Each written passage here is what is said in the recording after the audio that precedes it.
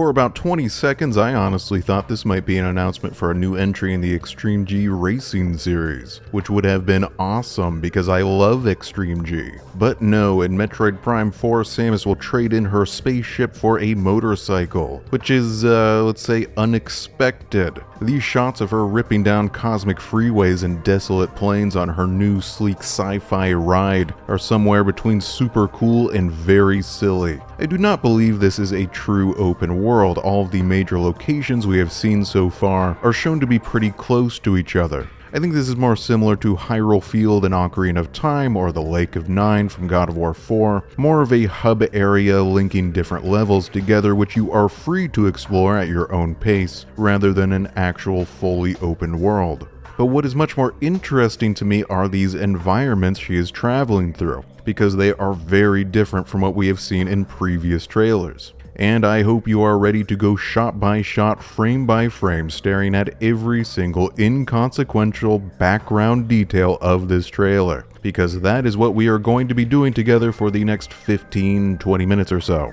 Okay, so if you will remember, or as I will remind you right now, in the first trailer, Samus landed on a dark, lifeless wasteland planet, the location of a Federation research outpost under siege by space pirates. Then the second trailer took place entirely in this verdant green jungle on the planet Vuros, which was full of elegant ruins covered in overgrown wildlife. Those ruins were the remains of a seemingly long-lost, hyper-advanced civilization called the Lemorn, which declared Samus to be their chosen one. And there was all this speculation about how these two areas, the lifeless wasteland and the jungle, were connected. In the previous trailer, Samus clearly arrives in the jungle via a portal of some kind. So is there some sort of time travel happening here? In the present, the planet is nothing but a wasteland, but maybe in the distant past it supported this jungle. Now in this third, and I assume final trailer, we are shown even more diversity in the environments.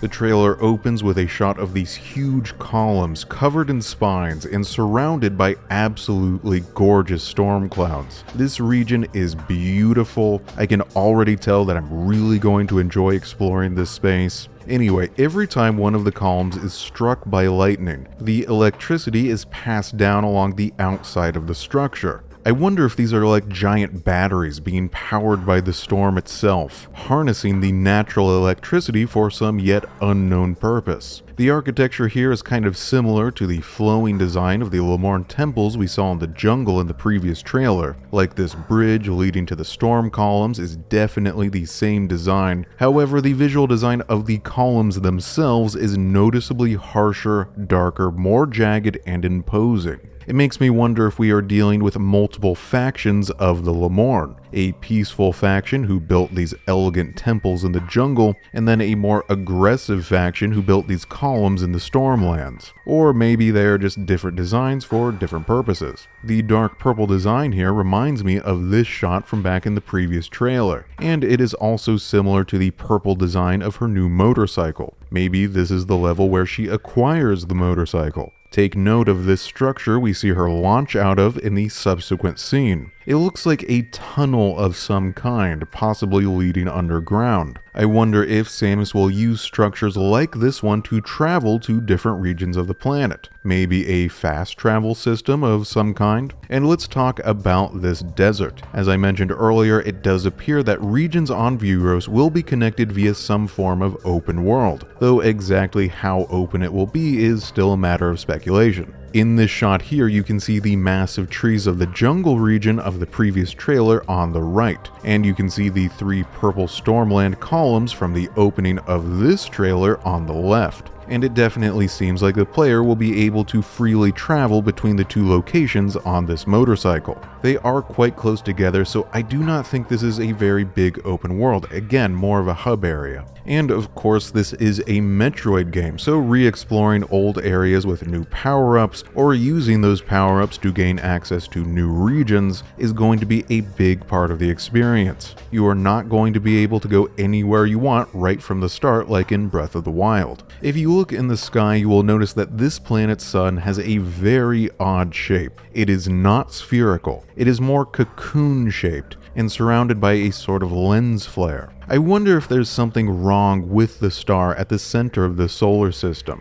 Maybe it is going supernova or something, and that may play a role in the story, or explain why the planet is so dark and lifeless in the present day. This is pure speculation, of course, but that star does look really weird. In the next shot, Samus rides past a small building in the desert. Notice the black smoke rising from the roof, as if it has been recently attacked, perhaps by space pirates. This structure lacks the flowing, ornate architecture of the Lemorne. It is much simpler and boxier, which makes me suspect it was constructed by someone else. Maybe the Federation, maybe this is one of their outposts. It also seems that in addition to the larger, more elaborate regions like the jungle and the columns, we will be able to discover smaller locations to explore while we travel through the desert. In this shot, you can once again see the large trees of the jungle on the left, and on the right, some craggy, dramatic mountains, possibly another explorable region. In this shot, we can see another damaged outpost in the desert with what appears to be a large Lemorne tower in the background. Next, we get a bit of motorcycle combat, which looks pretty cool. These things attacking Samus seem to be artificial creations, some kind of defense drones, perhaps created to protect Lemorne ruins rather than natural fauna. The aerial drone here fires purple energy blasts, and Samus's motorcycle is powered by some kind of purple energy, and Samus's psychic powers are also purple. This purple energy is clearly connected to the Lemorne civilization. It shows up everywhere in their technology. In the background here, you can see what looks like some kind of gate or tower, and directly behind it lie those craggy mountains we observed earlier. Perhaps this is the entrance to the mountain region, where you will have to leave your motorcycle behind before venturing further. The gate will likely remain blocked until the player acquires the correct power-up. Next, we get another shot of the Stormland Towers. These seem to be very, very tall, rising high up into the clouds. Again, this region is absolutely gorgeous. I love the look of those violet clouds in the background. It reminds me a lot of Skytown from Metroid Prime 3. Next, we transition to a shot of Samus riding into a lava-filled cavern and then dismounting the bike to explore on foot. I suspect this is a completely separate region. The visual design does not quite match the violet storms of those columns. It is much more fiery and red. The technology seems a bit more crude than what we have seen from the Lemorne in the past. We can see some large pipe systems in the background, one of which has burst and is leaking magma onto the ground. So perhaps this is an industrial zone, transporting the magma for geothermal power or some other purpose, which is something we have seen the space pirates do in the past, back in the Magmor caverns on Talon 4 in the first Metroid Prime game. Take a look at the cannon in the background of this scene, and then the walking drone Samus battles in this scene, and then the flying humanoid laser-wielding drones in this scene. These all share certain design elements, but none of them are familiar to me. The cannon and the walking drones are kind of similar to space pirate designs in Metroid Prime 3. Like, take a look at this aerial defense cannon they placed on Brio, or these space pirate drones that showed up all over the place in Metroid Prime 3. However, these designs in the trailer are not quite as crude as I would expect from space pirate technology, and they are also not nearly as flowing and ornate as I have seen from the Lemorne. And these stiff humanoid drones in this shot do not look like space pirate designs to me at all. They look much more similar to the Steam Lords from Metroid Prime 3, which were a Chozo design. So, I don't know, what do you think? Is this a space pirate base being defended by new automated drones? Or another Lemorne ruin just with a different design than the ones we saw in the jungle? Do you think this area is connected to the Stormland columns from earlier? Or do you think it is an entirely separate region? I really cannot tell. Next, we get a shot of Samus being attacked by a huge pack of wolves in a snowfield, yet another new region. I don't care about the wolves, but let's pause on this frame here. In the center here, that looks like some kind of mangled ruin. I cannot tell if it is a vehicle or a building. Either way, it's in pretty rough shape. If you look directly above it, you'll see some other sort of structure on top of the cliff, but it's too far away to make out any details. If we let the scene play out for another moment and then stop on this frame, you can get a clear shot of these wires hanging in the background. Are these zip lines, some form of transport system, power lines connecting different outposts? It is unclear. And then finally, notice this flowing structure on the far right. Is this another Lemorne building, or just a bunch of ice and rocks piled up on top of each other? Let me know what you think. I'd love to see other theories on these details. Next, we get several very quick shots in succession, and I'm going to pause on each one to see what's going on here. Okay, so this is the interior of yet another Lemorne temple, similar in design to the ones we saw in the jungle in the previous trailer, except this one is surrounded by some kind of purple-violet swirling energy field. Could this be found in the interior of one of those storm columns? Is this the location of a boss fight, or maybe somewhere Samus will acquire a new psychic ability? Next, Samus uses an energy whip inside of a frozen research lab, probably located in the snowfield, to tear open this container. These kind of look like Metroid eggs. They're much more angular than the ones we saw Sylux hatch in the Federation Force Secret ending, but they do have the same glowing green color. Metroids are famously vulnerable to cold, so this frozen wasteland would be an appropriate place to breed them. I'm gonna guess this is a space pirate research facility where they are experimenting with Metroids. Because, you know, the space pirates are always experimenting with Metroids. It's one of their favorite things to do. Next, we have a shot of the morphball rolling through a suspended structure hanging off one of the sides of the storm columns. Once again, this feels very similar to Skytown from Metroid Prime 3 to me, just darker and more purple. If you look at the end of this structure, you will see what appears to be a flower-shaped lightning rod. I think this antenna is designed to gather electricity from the storm clouds and channel it into the interior of the columns.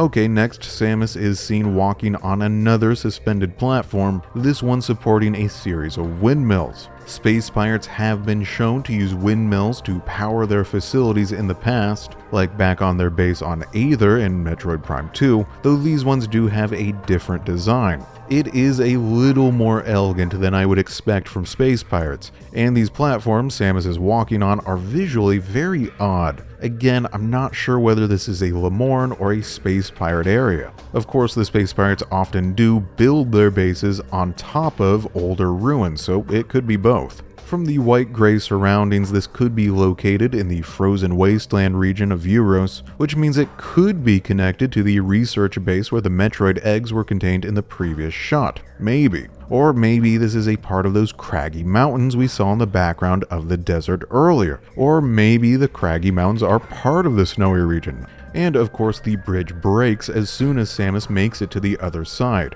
which suggests that it is either very old or constructed poorly. So again, old Lemorne ruin or piece of crap space pirate construction. I don't know. And then in the final shot of the trailer, Samus is shown confronting Sylux. Perhaps the beginning of a boss fight, but this arena is very odd. It is very dark, so it is hard to make out details, but notice these machine arms lifting and transporting these crates. Does this confrontation take place inside of some sort of industrial manufacturing zone? There is a bit of a reddish-orange glow in the background, so could this be connected to those magma caverns we saw earlier in the trailer? Why is Sylux here? Is he building something, some kind of ultimate weapon? Perhaps using the device he tried to steal from the Federation research base in the original trailer? Also, the crates here have a similar visual design to the ones you can see in the background at the station Samus exits with the motorcycle from earlier in this trailer. Could these areas be connected, or is this just a common container design found throughout all of these Lemorne areas? It is also notable that Sylux does not appear with his Mocktroid companions during this confrontation. Have they already been destroyed by this point in the story? Does he no longer need them? Are they busy elsewhere? I don't know. So many questions, and they will all be answered on December 4th of this year when the game releases. Thank you for watching, by the way. I don't know if I'm any good at it, but I love trailer analysis. I think it is so much fun to go frame by frame and speculate about each little detail and swap theories with other people who love these games as much as I do. I really enjoy doing this, and I'm kind of sad that this is the final trailer. But, you know, when the game comes out, I'll probably do some sort of review or something. I am really excited about this game. I love Metroid and the Metroid Prime trilogy in particular. I don't know, I'm wasting your time right now. I'm just excited. I don't get excited very often. It's fun. Anyway, see you later.